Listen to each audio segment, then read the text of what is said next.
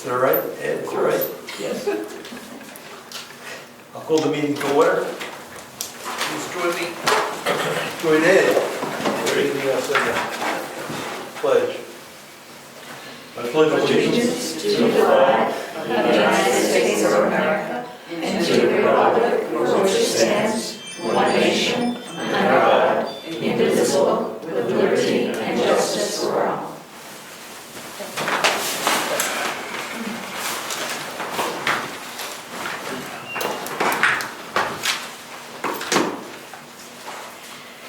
Okay, I want to switch this around a little bit. Let's do the Moose Mountain first. Perfect. All right. Sounds good. So I have a few more things for you guys if you want to take a peek over them. Thank Could you you. please state your name for the record? My name is Molly, and I do have another thing to read off. So, I have this, which is our draft up for our outdoor seating. We have this, which is our menu, and then these, which is our floor plan. And then I have these to make a copy of if you have a giant printer. So our That is- septic plans. The only copy we have.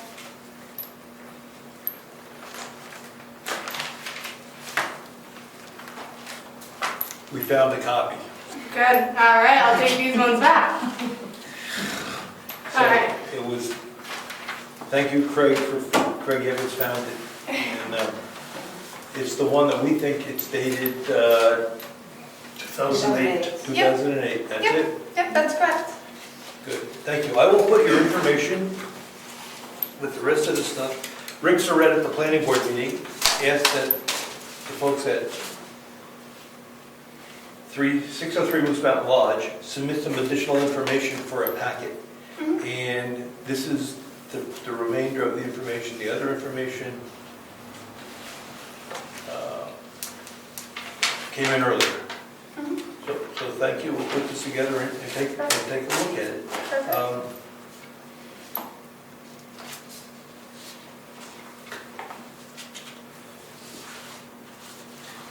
Well, if you folks aren't watching the planning board meetings, the folks at Moose Mountain asked for outside seating, which is a change in use for the planning board. So they're trying to go through the process of a change of use for the establishment, and that's what they're working on. And they asked that the selectmen be provided with this package. So thank you. I think I saw the email from Chris. I do have something to read off if I could share. Sure. Yeah, perfect. So I wrote this, and it's going to be a little minute, but I just thought I'd get all my words out on paper so they're expressed and thoughtful. So hello, nice to see you all again, and my name is Molly, and I'm here with Bridget, and we are the owners of 603 Moose Mountain Lodge, LLC, currently residing at 107 Moose Mountain Road, Brookfield, New Hampshire, also known as Moose Mountain Recreation. When I was here prior, I don't believe I shared what our mission statement was, and would like to inform you and the new faces as to what that is. Our aspirations as 603 Moose Mountain Lodge, LLC is to create an atmosphere welcoming all generations in a locally nostalgic place, inviting locals to have a day getaway from the underwhelming day-to-day buzz and have endless possibilities to fulfill their days. We offer a wide selection of recreational activities along with a homey restaurant and bar on a beautifully scenic mountain. Our mission is to serve our local communities with days of joy, fulfilling the mind, body, and appetite. We are here again in hopes to get a selectman signed letter to the Liquor Commission that we are allowed a section of outdoor seating that permits liquor, which I have entertained the process of going to the last 2 board meetings to get this approved over the last month. Prior to either of these meetings, Selectmen Meeting 416 and Planning Board 513, my first email specifically to the Planning Board dates the 2/6/2024.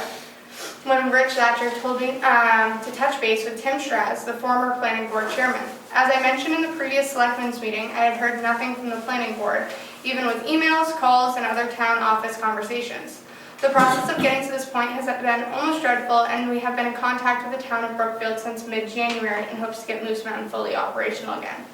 During the previous planning board meeting, Rick Surratt, the current chairman, had made some comments such as, "We need to get some stuff straight, or we are pretty much jumped on this," leaving us confused as to how they could feel jumped when we have been in touch since the beginning of the year and had attended the previous selectmen's meeting. Along with that, after the Selectmen's meeting, I inquired about the chairman of the planning board and who else to get in touch with. On April 19th, I had called Rick, and he had returned my call later that day, and I gave him a full report of what our intentions were.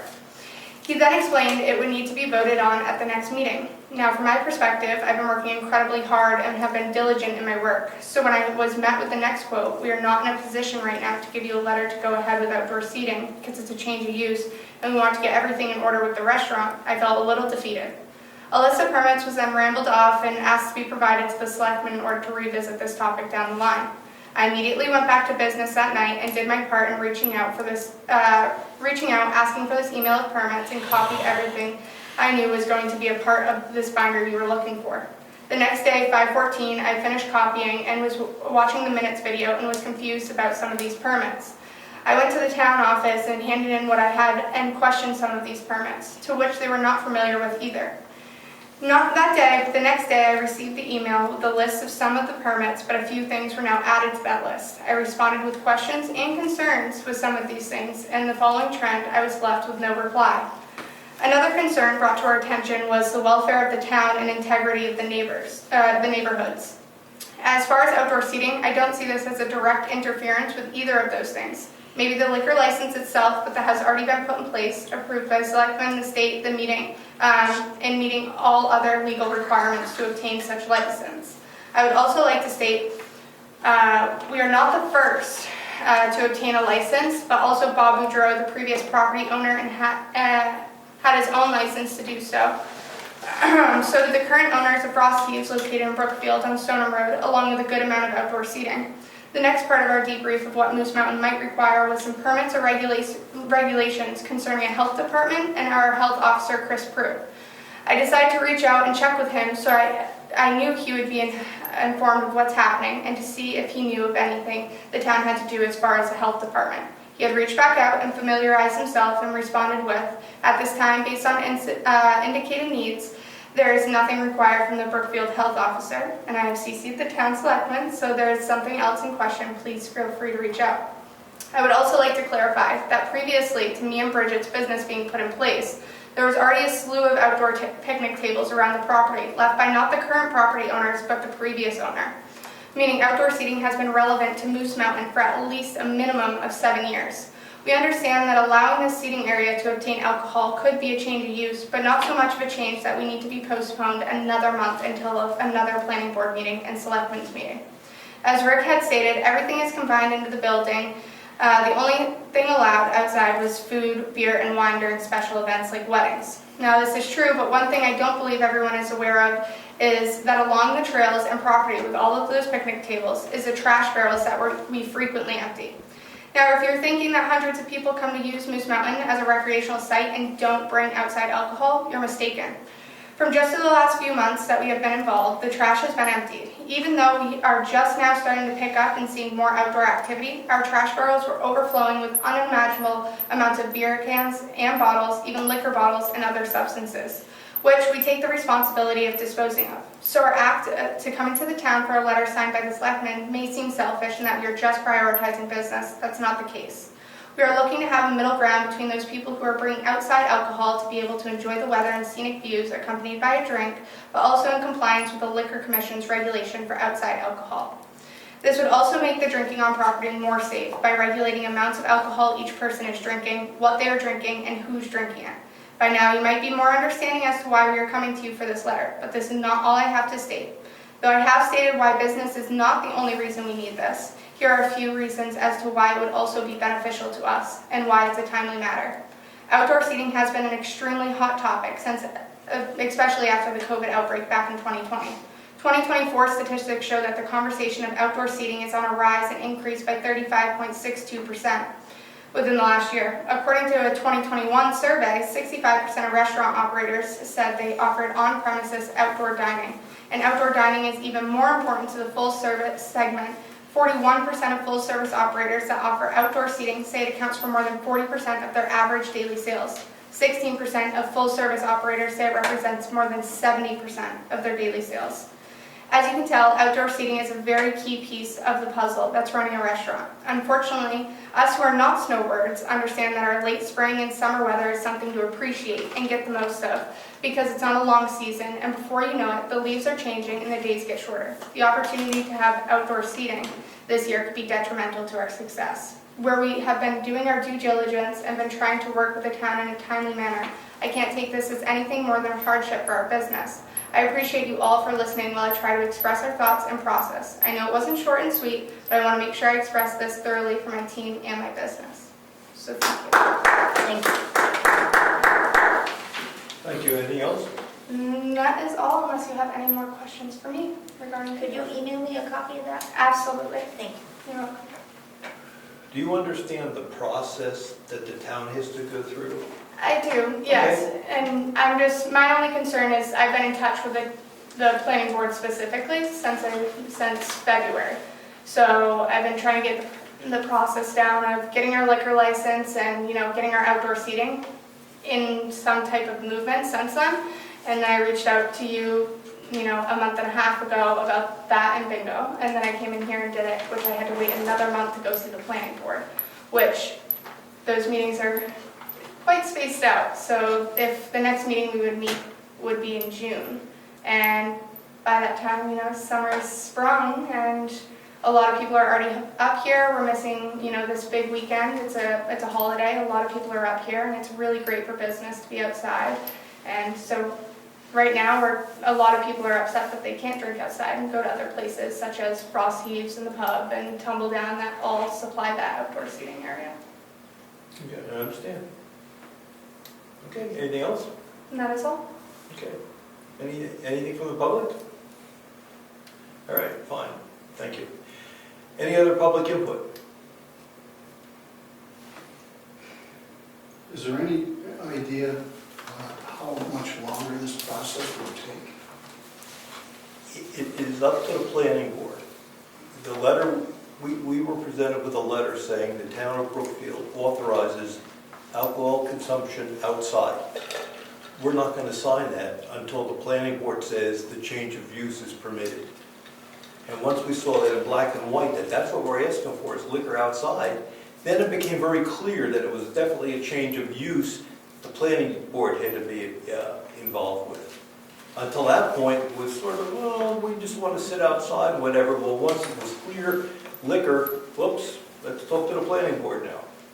And that happened about 6 weeks ago. You sent a copy of a letter to us for us to sign. And I got right back to you and said, we're not signing this one. And now we got to go to the planning board. They own the land use regulations. Okay, so let's look at some meeting minutes. We got meeting minutes. I've reviewed the minutes. I don't have any issues with them. I think they're well done. I'll make a motion that we accept as presented. The minutes from May 7, 2024. Second. All in favor? Yep. Yes, I thought they were very well done also. Thank you. Okay, the next thing we're going to talk about is the tax warrant. Let's do the tax warrant. We have to approve the tax warrant so the tax collector can collect taxes. So I'll make a motion that we approve and submit to the tax collector this warrant for the collection of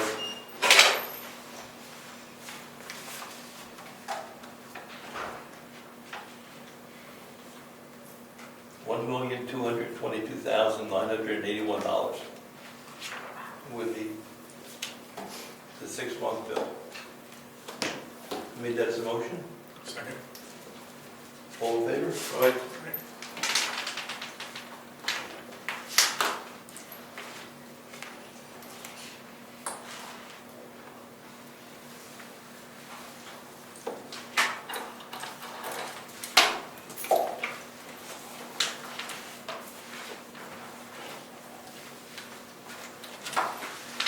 We'll give this right to the tax collector. We don't need it anymore, thank you. Thank you. We also have, along those lines, because we're changing tax collectors, we have a recommittal of the warrants, the outstanding taxes. It's just a formality that we have to sign this and pass this on to DRA, that we do have a new tax collector. So we'll make a motion that we approve the recommittal warrant. I'll second. All in favor? Aye. And what other warrants do we have here with the tax collector work?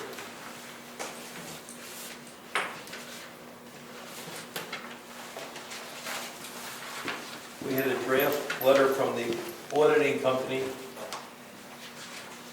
RSAs indicate that you have to audit the books when you change tax collectors. The auditing company came in, did their audit, and everything's fine. So we've got a draft letter from them saying they passed the audit.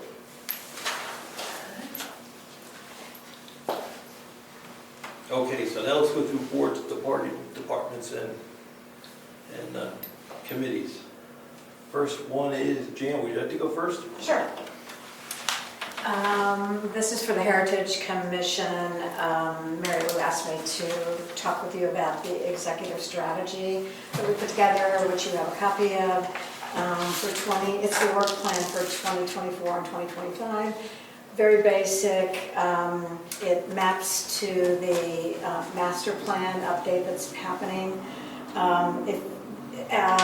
All the projects, nearly all the projects are underway. Two are collaborative. So one is working with the Conservation Commission and one is working with Craig and Leah and Mary Lou and myself to put together a tracking document on all of the maintenance work that's been done anywhere in this building or next door. So that as we try to either apply for grants or we are looking for information that's being more easily accessible for everyone, including yourselves. So your feedback is helpful. If you're okay with the plan that we have, Brian's obviously seen it. We'll put a copy here along with the more detailed information later on. My reaction to the plan was Yes. affordability. It looked pretty extensive. Well, there's certain things we can't do, obviously, without grants. We will have to do that. But until we dig in, we won't know how much things will cost, and we can't put them into a budget, and we can't approach you without having that information. So right now, everything we can do is either budgeted for, but it's really to give you guys also an idea of how much something would cost, because we haven't had that information. Yeah, I reacted to the word plan Yeah. as opposed to assessment. You know, this would be a goal, but I don't want people to think that's the plan we're embracing. Well, we know that we don't have money. I mean, a lot of this is volunteer work, right? So people are donating their time and their effort.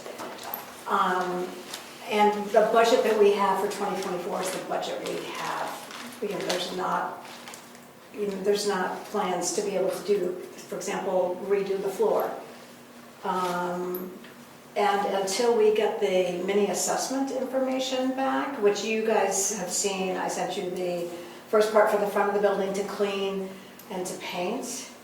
You know, in that case, we have to go out for you guys will have to go out for RFPs if you want to do that.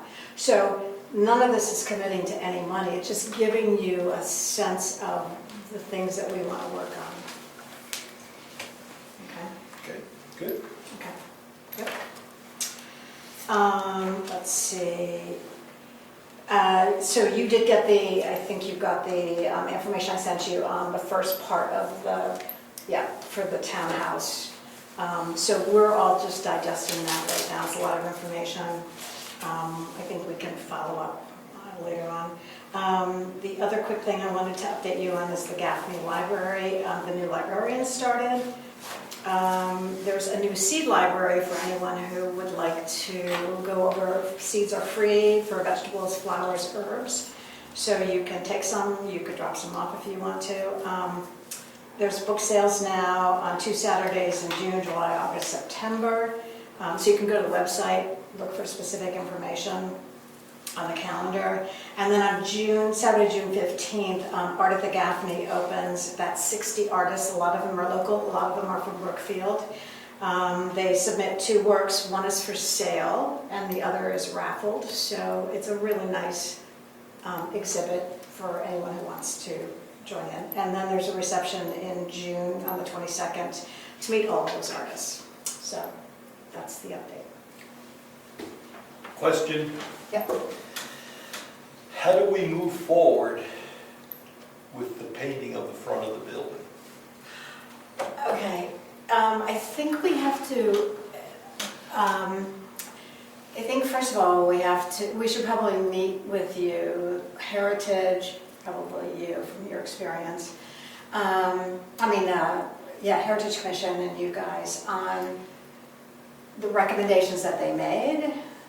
And, I mean, we can put together, you can put together an RFP, but we should probably get 3 quotes, I'm Well, assuming.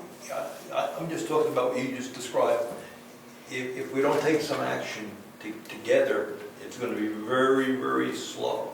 No, I think it Process. should be together. Yes, so we should schedule a meeting either in addition to the normal Heritage Commission meeting, or Probably just, be Jim's meeting, so. the June meeting is going to be, The 3rd Wednesday? Yeah, night. Yeah, maybe we could meet an hour beforehand, Brian, what do you think of that? To discuss that? Okay. Maybe like at 5, we meet at 6, so at 5 o'clock. Yeah. That would be June, What day is that? June 19th. 19th. June 9th, 19th? yes. that's great. What about moving it ahead and having it at your first meeting an hour ahead Do that too. on June 3rd, no, 1, 2, 3, the 4th or the 5th June of June? 4th. June 4th. 19th's good. It's 2 weeks ahead. 19th's good.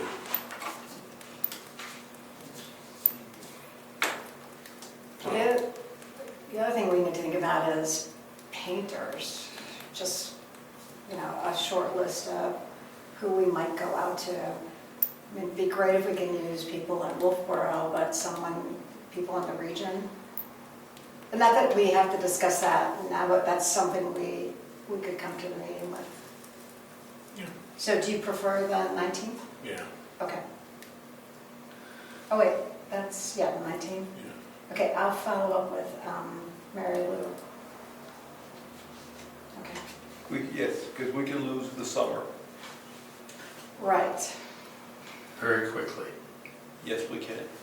That's right, we meet, that's right, monthly, and that's right. So Okay. we'll meet the 19th to kick this off, figure out what action items have to take place and who has them. Okay, great. And the roof, like, Oh, the roof also, good point. because, We want, the roof is clear, we're gonna put shingles on the roof, yeah, right? but it's gonna be costly.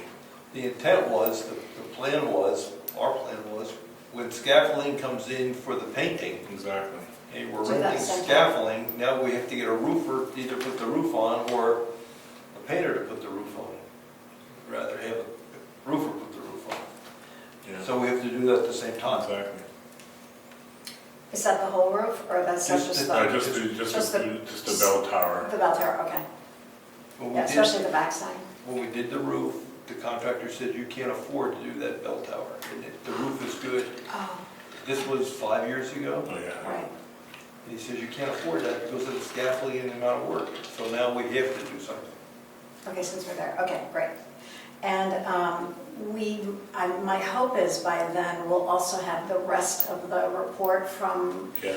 the NHPA. So then we can hopefully look at all of the recommendations put together. Okay, Good, thank you. thank you. Craig, do you have anything? No, nothing, thanks. Rose, do you have anything? Yes, I do. Tax bills will be mailed probably on Friday. They're due July 1st, and they will be getting mailed to the address of record. So if you think you have a new address, I don't think anybody in this room, but I would appreciate if you make sure that you contact us and let us know what your new address is. And I'd also like a copy of the recommittal warrant just for my records.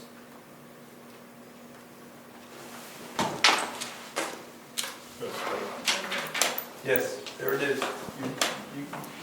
That's my copy? No, Or you no? can I make can it make a the copy. Okay. That was called a recommittal what? Recommittal warrant.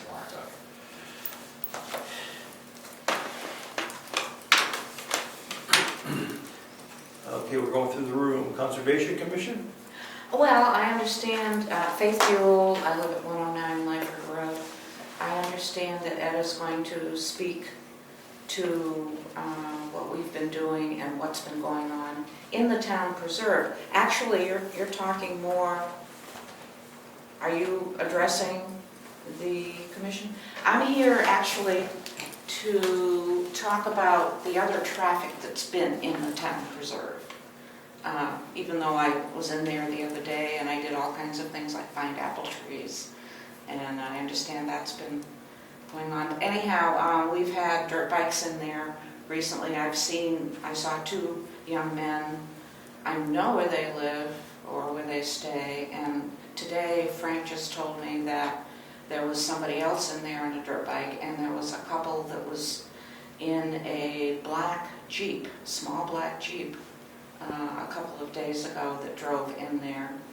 I can't see that there's been a lot of damage on the old Governor's Road, but I don't think we want it torn up any more than it is. And some motorized vehicles, if we could provide a couple of signs, one at each entrance that we, more or less entrance that we have to the town reserve, I think that would protect it, but I know it's the town's property, and so ultimately that at this point is your decision as to whether we can do that, and I'm willing to research sign companies, but I understand also the town works with a sign company, so. Are the vehicles on Old Governor's Road? Yes. They're not in the field? No, I checked the field when I was out there a few days ago, Sunday afternoon, and I didn't see anybody having gone through there, except maybe a couple of animals. I can validate that. I was out there today. Yeah? And there was no traffic Mhm. pattern that showed going into the field. Although I gotta say that Alan, I believe, has removed the rocks now, because he was in there fertilizing, so it's open. Yes, it is open in that respect, but dirt bikes could get in there no matter what. But they haven't. I didn't see anybody going in there doing anything. And when you're talking about signs, you're talking about putting them down at the Hackett site where it turns in towards the field, or you're talking about all the way out on Lyford Road? I was talking after the parking area right there on Lyford Road, and also on Cottle Hill, where we have stones around the parking area so that people can walk in there if they would like to. So, I'd Old like, Governor's Road is a Class 6 road, yes, so vehicles can go down it. they can. Okay, so you're not going to disallow the use of motorized vehicles? Not on the road. That's why I asked about the field. They're allowed on Old Governor's Road as a Class 6 road. I believe you're allowed on Class 6 roads. Okay, I don't know for sure. I mean, We can find out, but I believe you're allowed on Class 6 roads. because it hasn't, I mean, it can't, you're not maintaining it, obviously, that's why it's a Class 6 road. But they're not allowed over on Cottle Hill at all. Over on what? Cottle Hill? Oh, Motorized vehicles. There used to be a sign there saying no motorized vehicles. That might maybe disappeared. There used to be a sign at the parking area. well, there was one at the, during mud season. There is a sign at the log landing there that says town property. We have more of those, I think. Oh. Maybe you're the person I should talk to. Saying no wheeled vehicles allowed? I don't remember exactly what it says, but it's something to that effect. I can't remember exactly what it says on the sign, but That's what I was asking too. If we were to do something with signage at that entrance into the Hackett site, I can see that. But you're right, well, if you're on Class 6 road, you know, it's a public road, you have a right to be there. Okay, even on dirt bikes, Pardon? even on dirt bikes. Well, they gotta be registered. Yeah, we're registered, so. Yeah, as long as they're registered and legal, inspected. I think so. I think so. And if they, well, they haven't torn up anything. And that goes back to the discussion that we've had for a year now about Class 6 roads are defined as Class 6 subject to gates and bars. So if we wanted to gate the road, then we could probably block traffic that way, but I'm not sure if we want to do that. you can't block it either way. You can put a gate on it, but you can't lock it. Oh, is that right? Yeah, Then what's the point of the gate? there isn't any. It's terminology that sort of deters the honest person, I guess, but semantics. So there you go. It sounds like we're talking ourselves right into, if we're gonna do any kind of signage or restrictions, it would have to be at the entrance into the Hackett site. And then possibly on the Cottle Hill end too, where the parking area is up there. And, right, okay. I see the point there. I think the lawyer told us once that you can put a gate up. You have to give all property owners a key to the gate so they can get in.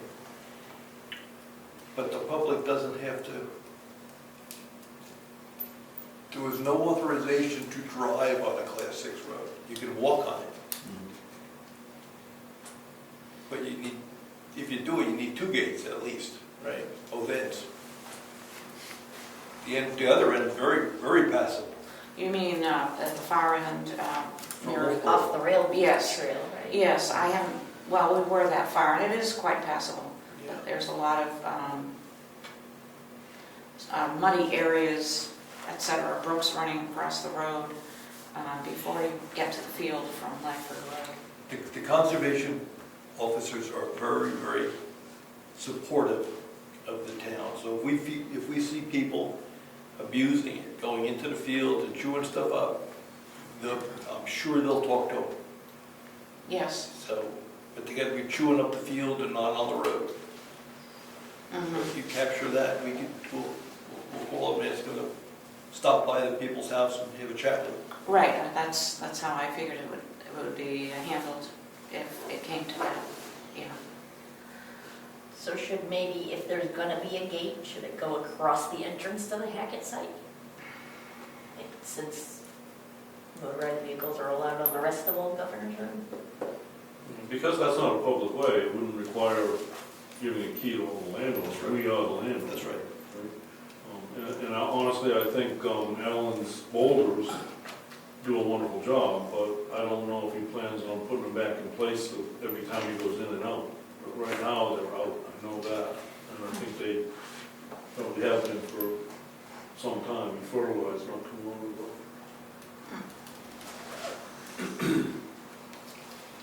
Ed? The Conservation Commission contacted the grant review committee to figure out how to learn how to get grants for some of the trails that are in the preserve. Now, they're not driving dirt bikes in the preserve, correct? Yes, the preserve, they are. Well, They the are. road is, no, they're not going off-road, okay? There's nothing, I've seen nothing off-road. So that would be your concern if they were going off-road anywhere in the preserve or just into the field? Anywhere, really. Okay. Well, the preserve itself is not a Class 6 road, is it? Or is it? So it's just, so the trail work that the Conservation Commission was going to apply a grant for, was that for a gate? Was it for maintenance of the trails? Or There are what was different it for? projects that could be applied for to get grants, and they have a little more money available this year. Unfortunately, because it's the public's money from gasoline tax federally, it has to be, well, of course, it's allotted by states, but it has to be, every penny has to be accounted for. We have to try and get matching grants, and you know all about that, I'm sure. And organizations to youth corps and things like that. What was your question then? Well, I was assuming since you were going to apply for grants, there's a state rail trail commission that meets and has workshops in order to get grants. And I was going to encourage the Conservation Commission to go down to Concord or contact the information that I gave you in the email and see when those workshops are and go and find out what has to be done. Because if you wanted to, let's say, buy a gate to keep people off of the preserve or the trails that you're maintaining, there's different grants you have to apply for, and it would be Lena Boos that does the trail and the rail trail up in Ossipee, the Constitution Park Trail System. She goes down to those meetings often to apply for grant money to do stuff like that. So that's what I would encourage you to do, but I was also going to, since it's still Conservation Commission, I was going to bring up the Grant Review Committee process. When we locate the procedure documents, maybe perhaps at the next meeting, the selectmen can solidify your acceptance of that grant application process that we would use. And then if they did want to go forward with something, we would all have it, at least at your level, you'd have it in place so people could apply for grants and we have you in the loop. So we'll have to get you that the next meeting. But I would again encourage you to contact the New Hampshire Rail Trail Commission and find out when those grant workshops are, because they're very complicated. It's federal money. I know, and they have a trail, a part of it specifically for recreational trails, to maintain, create trails, maintain. Of course, one thing that I like is that it's open to everybody. In other words, if you have a wheelchair, well, we have nothing like that. We do not, we cannot provide a surface at this point for something like that. But also to repair a bridge over a brook. We have a need for that. But we're working on that. So I wasn't going to bring up the grants because we're not doing it this year, but it takes a good long time to do the applications. There are many facets of it. And we've discussed it briefly. And that's what the grant workshops would be good for. So you learn how to fill out those grants and know what's available, and you're working with other people that do the same thing and have other trails, the recreational trail system that's throughout New Hampshire.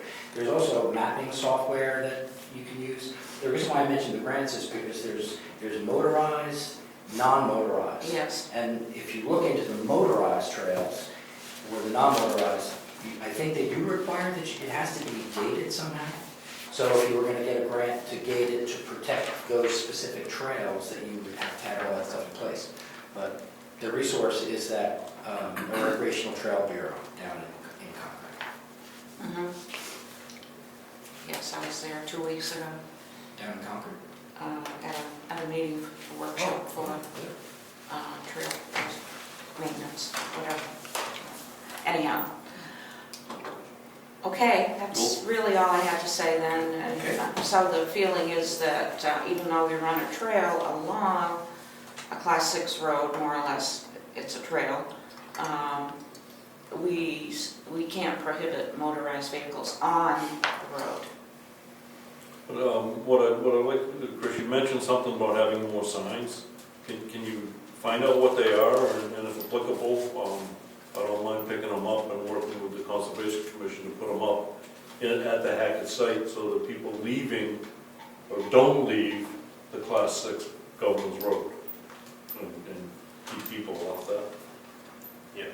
Now, along those lines, real briefly, motorbikes are not allowed unless they're licensed on town roads. Okay. So they're not allowed on Lightford Road to get to Old Governor's Road unless they're licensed in road worthy, I guess. So, okay, thank you. Thank you. Chris, you have anything from the road department? Just from the last meeting, Brian, you asked about the Wakefield end of Garney Road. I did meet with the road agent, and they plan on resurfacing their section of Garney Road and replacing the culverts. So he said he would address the intersection there where pavement's missing and it's washed out. Okay, thank you. Not to say that it'll necessarily get done this year, but that's his plan to do it this year. Thank you. Okay, good. I have something to piggyback on Chris a little bit.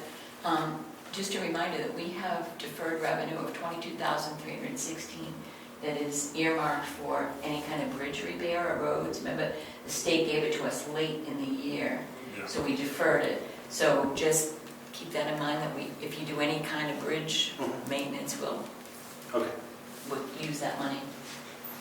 Okay. I had a couple items before we get to the treasurer. I have stuff also. Oh, I forgot to, Leah. Yeah, I I have to admit, let me do this one. This is That's sort fine. of, this is sort of important. Not that yours isn't, but this is, the state election is September 10th. We have to pick the voting hours for the town clerk so she can publish those. In the past, we've gone 8 a.m. to 7 p.m. Is that what we're going to do this year? Yeah. I think we should. Okay, so the selectmen have agreed to have, Do you need a motion to that effect, or just No, I think us it's good. nodding and agreeing, good enough? Yeah, we're good. 8 a.m. to 7 p.m. Can we tell the town clerk that she can advertise those dates? Yep. Didn't want to forget that one. Okay, Leah, what do you have? Anything good? I got a couple Goodness. things for you. Most of it is IT stuff. As far as the firewall, according to Tracy Rich, she highly recommends that we go for a firewall with extra security services, which would be $2,000 installed and configured. This would include a 3-year advanced threat security subscription in addition to the firewall. Without the advanced threat security subscription, it would be $1,000 installed. She's recommending the higher priced one because it would protect us from more cyber threats. As far as backing up the town computers, she said the most economical option is to add an iDrive to each computer and back up everyone's profiles and data. That would be about $100 per year per machine. Wait a minute, so our machines aren't being backed up? No, What? No, not no, properly. Stop. The question that we asked John was, how do we back up the desktops? Okay. Remember, Yeah. if we go onto these shared drives, it's backed up. But we're finding is people have stuff on the desktop That's not backed that's up. not backed up. So we asked John, how do you go about backing up our desktops? Yes, And that was, I think, the answer he's giving you, yes. not backups. And how much, but I don't understand, because it's got to be automatic. It should be. It just says you, Okay, we don't understand. yeah, it said it would be $100 per year per machine. I don't know why, yeah, so Okay. I'll make a note to ask more about that. The issue was the desktops weren't being backed up, so people would say something on their desktop, assuming it was backed up. For cybersecurity training for the office, for up to 20 people, it would be either $750 for the whole group or $50 a person if we didn't have that big a group. Cyber training? Cybersecurity training, yes. So that you don't click on phishing emails and we end up having the whole town ransomed and things like that. I mean, that's good, but we also need some basic training on how to use. I know I haven't gotten to that part of, that's not on my list. I haven't gotten to that question to her yet. Okay. I will ask that tomorrow. The feedback we're getting is how do we use Outlook appropriately? How do we use calendars? How do we use these systems? Yes. And it seems if you, let me just stop there. So we got to have some training for, Yes, The office. Microsoft Office Suite. yes. Mhm. Yeah. So our contract, I believe, is $6,000 a year? I think so. What does that cover? Do we know? Yes. That Just having them on call? Oh, no, we only, We pay for every call, right? We pay per hour for whatever he supports us on. So the $6,000 is, A retainer? Yeah, a retainer. If something crashes and you have to fix it, you lose a drive and you have to come in and fix the drive.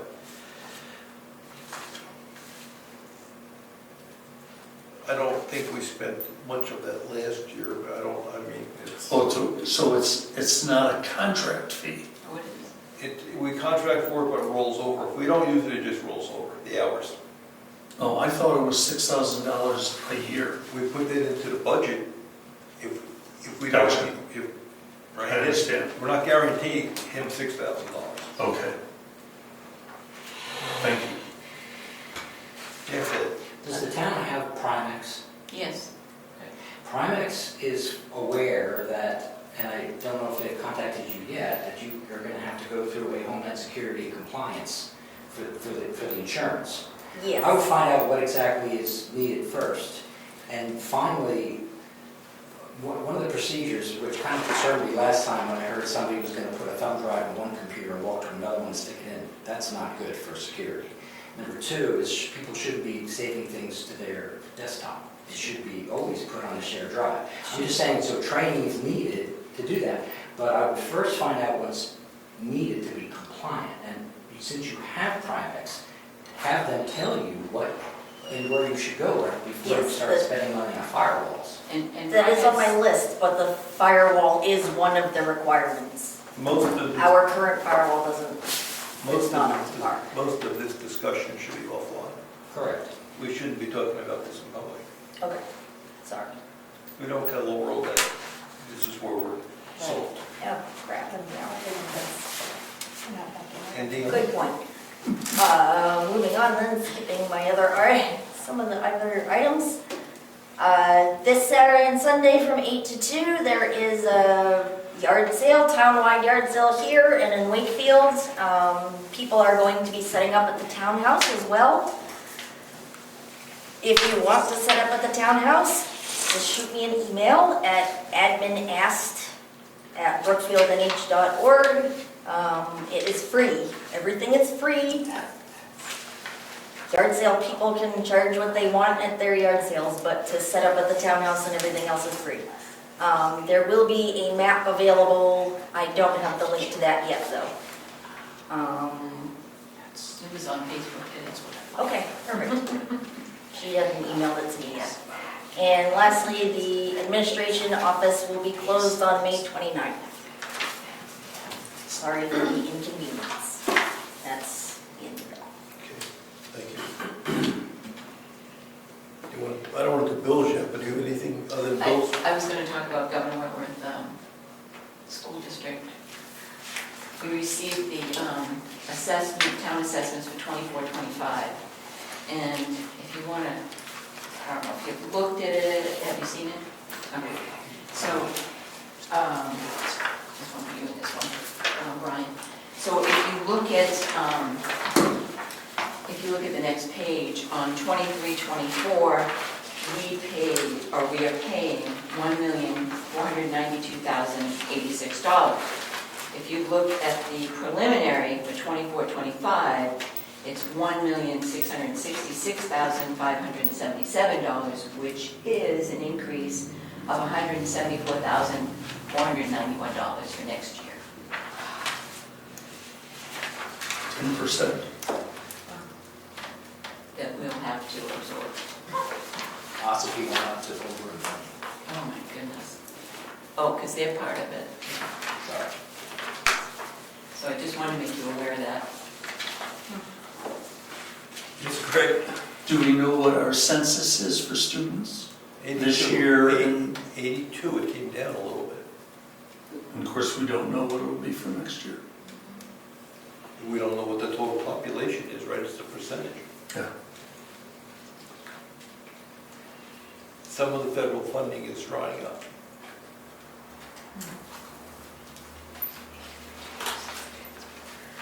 Okay, thank you. And that's, well, I did, no, that's fine.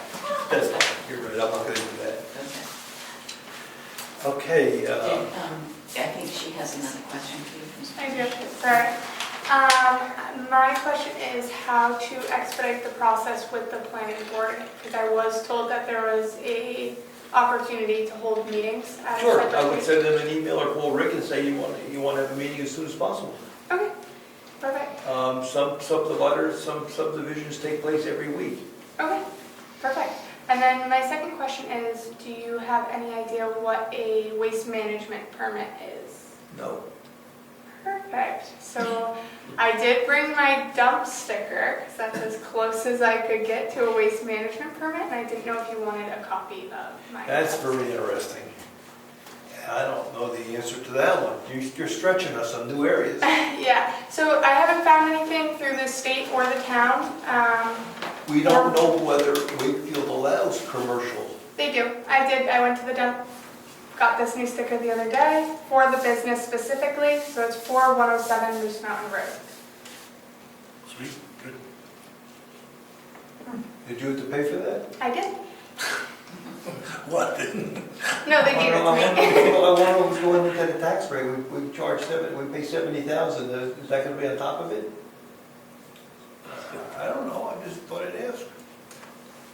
So, okay, you've got a commercial permit from Wakefield to dump over there. It's not commercial, it's just a resident dump sticker. They said if it's a business that isn't construction, you're not dumping, paint cans and big things like that all the time, that a business is allowed to use the dump as well because it's a Brookfield resident. Okay, thank you. Do you want a copy of it? No? Perfect. And I think that's all I have. Okay, thank you. Until next time. Yeah, that's fine, that's fine. Okay, we have a thank you note from Diana Peckham for the town helping out with All set? with her, Oh, this. No, just like. Oh, okay. oh yeah, it's just, yeah. From Diane Peckham, thanking the town for the support for her 38 years of service as tax collector and helping with for funding the get-together we had. So thank all the people. She says, please thank all the people that participated. And it's a very nice thank you note. We'll put it on the table. We have some warrants to be signed for the Smith Pit for the sand that they've taken out of there. We've got a warrant for $22.10. So I'll make a motion that we authorize the tax collector to collect this warrant, $22.10 from the Smith permit. Second. Smith Pit. Thank you. All right, second, all there? Okay, we've got a timber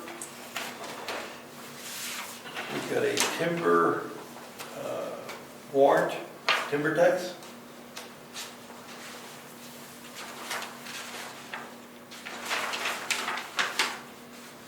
Stephen Royal, I don't know the map and lot on that page.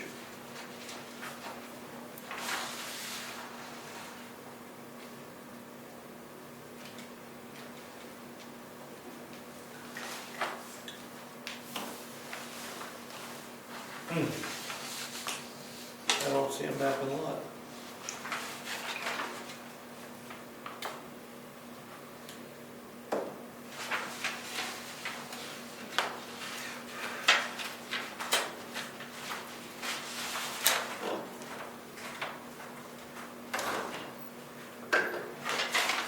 Okay, so we're going to have to find out what map and lot it is. You see it? Feel free, feel free. Stephen Royal. I have an address. There's something about put it in fire over here. Maps are. Oh, it's a different one, I'm sorry, it's a different one, that's Chris Kindle's. That's a different one, this one, see, this one's blank, it's supposed to have that filled in. Yeah. You don't see it there, it's No. supposed to be filled in, not filled in. All right, we'll do that one again. We have one here from Chris Kindle. For map 30 lot 5.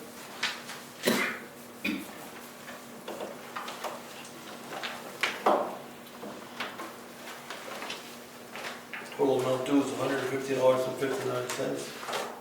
I'll make a motion that we submit this to the tax collector for collection. I'll second. All in favor? Aye. Aye, so that will sign that one. And then we have intent to cuts. We've got an intent to cut over on Copple Crown.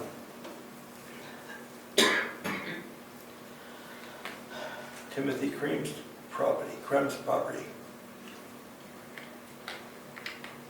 Map 44, Lot 1.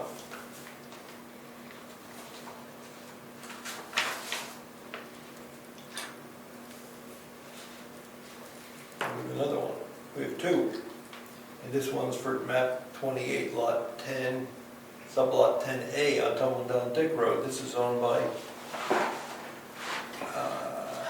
M. Bruce. Can't read it.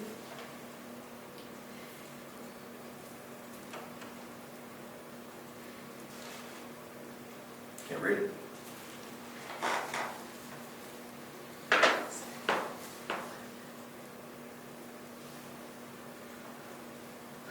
All right, well, what I suggest is we authorize them, we have to get by that What's the map and lot? I can look it up here if you want. 2810. It's Bruce Alberico. Is that who it is? Bruce Alberico. It's supposed to print it below the signature like this one is printed Timothy Crump so you could read it, but he didn't do that. All right, so we'll fill that in. We know what it is. So we'll do Motion to authorize the intent to cuts on both of these. Yep. All in favor? Aye. All right, we'll sign those. So the only one we're not signing is the one that has some confusion on map and lot. The rest we're gonna sign. Okay. We have a formal letter from Stratford Regional Planning Commission. They want to know whether we're paying our dues. I thought we resolved this at the last meeting, but let's just do it again. Discussion was, are we joining Stratford Regional as dues paying members? I'll make a motion that we do not join Stratford Regional as dues paying members. For a second? Second. All in favor? Aye. And that's what we said last time. So you could, I'll sign it, but would you make a copy and circle the rate?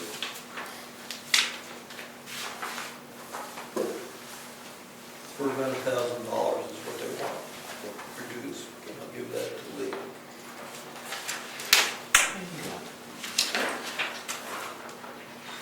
That's the Governor Wentworth, that's the draft. That is warrants. You want to talk this in? Everybody know we're going to do this? No, we can, do you want me to just say that? Yes, that's what we're going to do. We're moving forward. One of the items that we talked about taking care of this year is to remove the old salt and sand shed furthest back. So I've got an RFP that I'm going to post on the webpage requesting people to tell us how much it's going to cost. And then we also I put together an RFP for modifying the door on the shed that we're going to keep where the town warden of the fire truck, the forest truck, used to be stored. So we'll get those up on the webpage this week, and we'll ask for the bids to come in by the 16th or 15th of June, and then we'll analyze the proposals and make an award. So that's the plan. Okay, good. So people know that's happening. What about any information on the conceptual design for the building? No, we had some meetings, but no one showed. So I think that the next step is to sketch something out. Okay, Joanne, you're gonna do some bills for us? I do. You want to do that? Sure. No? Let's do bills. I apologize, I have 3 manifests, and that's because I thought I was done a couple of times, and then more appeared. We'll just keep coming. More appeared, so.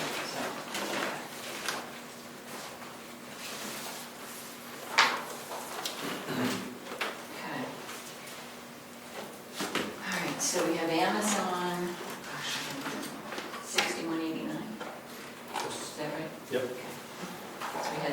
turns it. Spectrum, Target Communications, 94.98. Eversource, 22.35, and 292.99.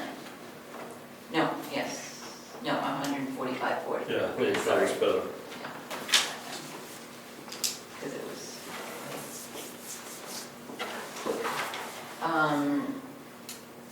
Reimbursement for supplies for the retirement party for Diana, $159.63. I'm not seeing that. Oh, it just goes, Zachar. Oh, there's. Sorry, got an order, huh? Did I miss Or one? Fire me. Kindle. Yeah. Who's Chris? Oh, yeah, I'm sorry, I skipped one. So, Chris Kindle, this was for the week of ending 5/12. So it's $2,805. He has another one in another manifest. Okay. White Mountain Oil and Propane, Mhm. 11708. Okay, the total for this manifest is $3,406.33. I'll make a motion that we approve manifest as read, or do you want to do them all at once? Do them all. Do them all at once, okay, so we'll hold this off. for next one.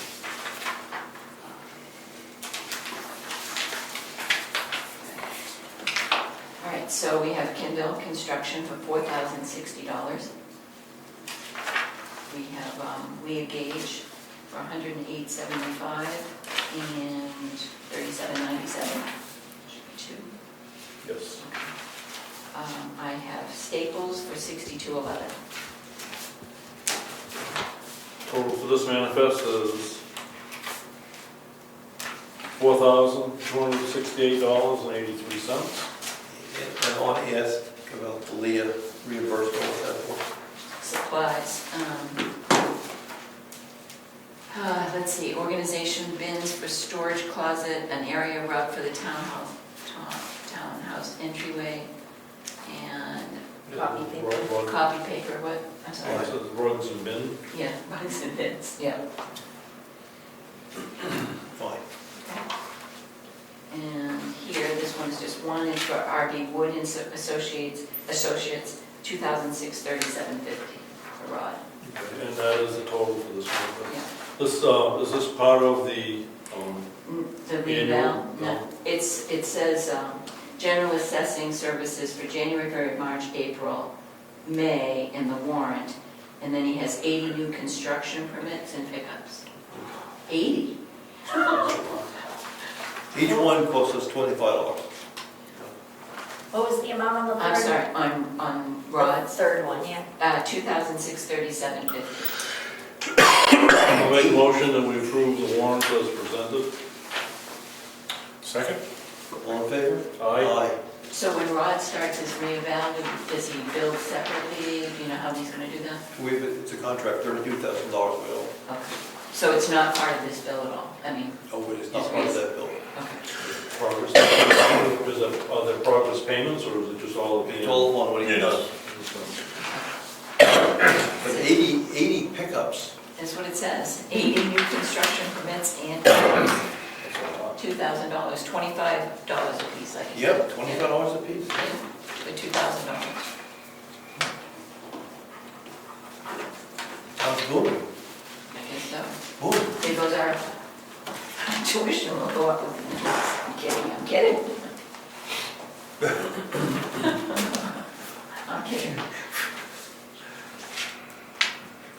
Is the plumbing permit different? Like if you have 80, could that be like 5 houses within a separate plumbing, a separate roof, a separate like that? Yeah.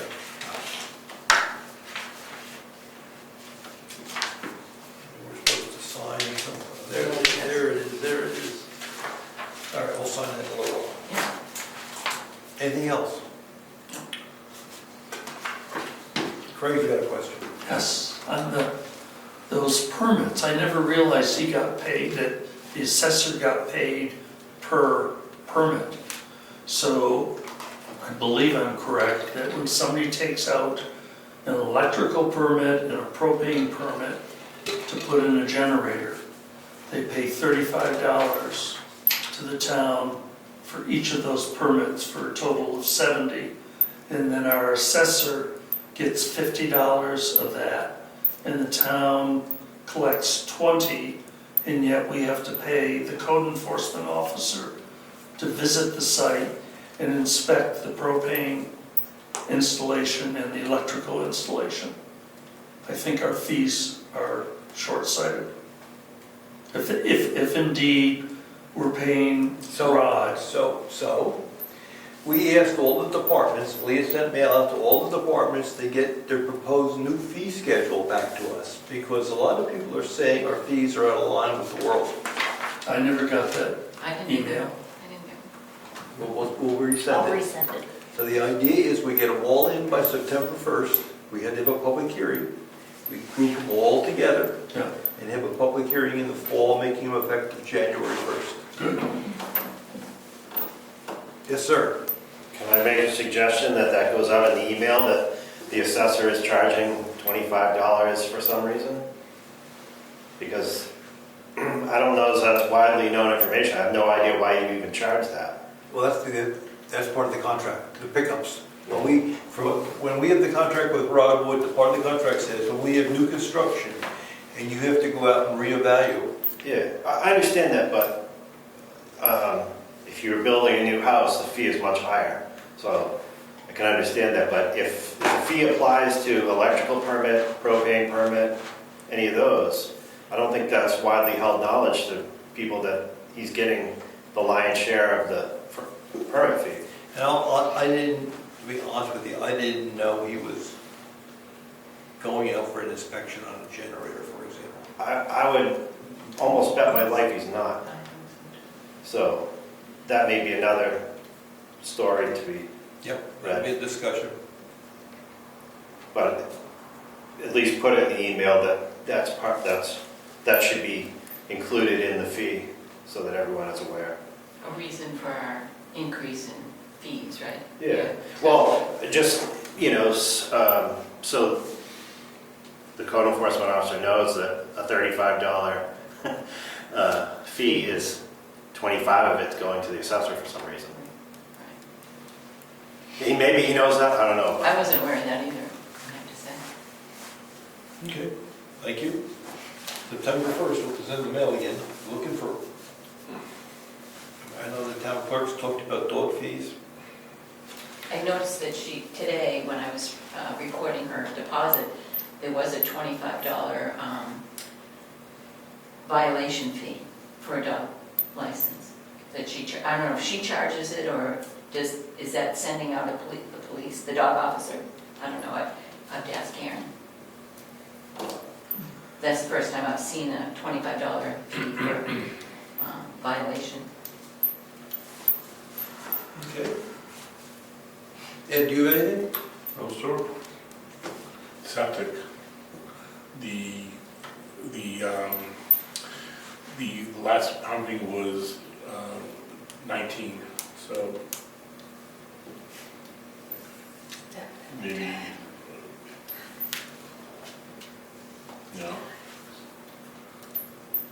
2019? so I don't know. it's like 5 years old, so. Well, again, I don't know what it's rated for, but this is a commercial building, so it's gonna be fairly, It's a 1,000 gallon concrete and 500 pump chambers. So, all right, but what is the rating of the approved rating by the state for the system? Normally, it's like 150 gallons per day per bedroom in a house. Where this is the commercial building, I'm guessing that it's probably gonna be a little bit more. My point being that if the system is a very large system, how much are we taxing it with how we're using this building? I don't mean taxing, so how much of a burden are we putting on the system by using it here? Is it the So- same subject for both? It's for both, yeah.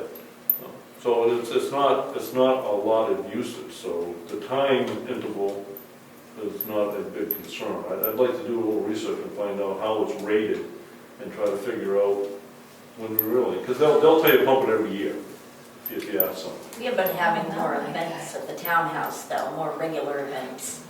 I With understand. a lot of people. But how many people use the bathroom and how often we use the kitchen sink? You know, I would just recommend that whoever you have do it, you get put on the schedule because the cost of pumping the system is very minimal compared to replacing any part of it. So whether it's a 2 or 3 year cycle, it should be done no more than 3 years, I would think. Well, I would want to see from him, I agree with what you're saying, but I would want to see from him what he's basing it on, his recommendation. You know, not just an off the cuff, oh, you gotta pump your system every 5 years, or every 3 years, or every year. You know, what's the rationale behind it? Well, last time we had it done with pros and the feedback we got was we don't use it enough. Yeah, which is my point about why do we pump it so often? Why do you need to pump it so often? I think I got that same email and there was some more detail, wasn't it, Brian, about the septic? Yeah, but it, From Lakes Region Septic? yeah. He sent you the mail? He got the mail, he's the one that did it last time we had Yes. frozen pipes. Yeah, I think he's the one who sent the, I don't know if I have it anymore.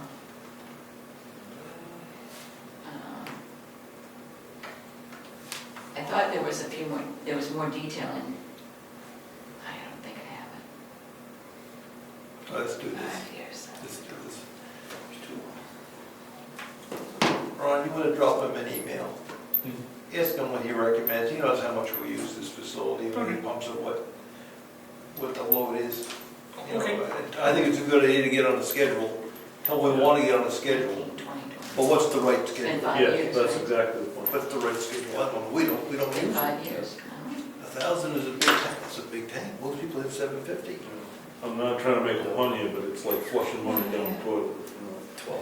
So, get on it, let's get on a plan, but let's find out what he recommends, because he's been here a few times. Okay. Thank you, Brian. Okay.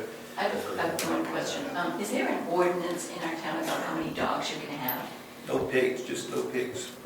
You can't have pigs, You can't have more than 9 female pigs. but you can have as many dogs as you want.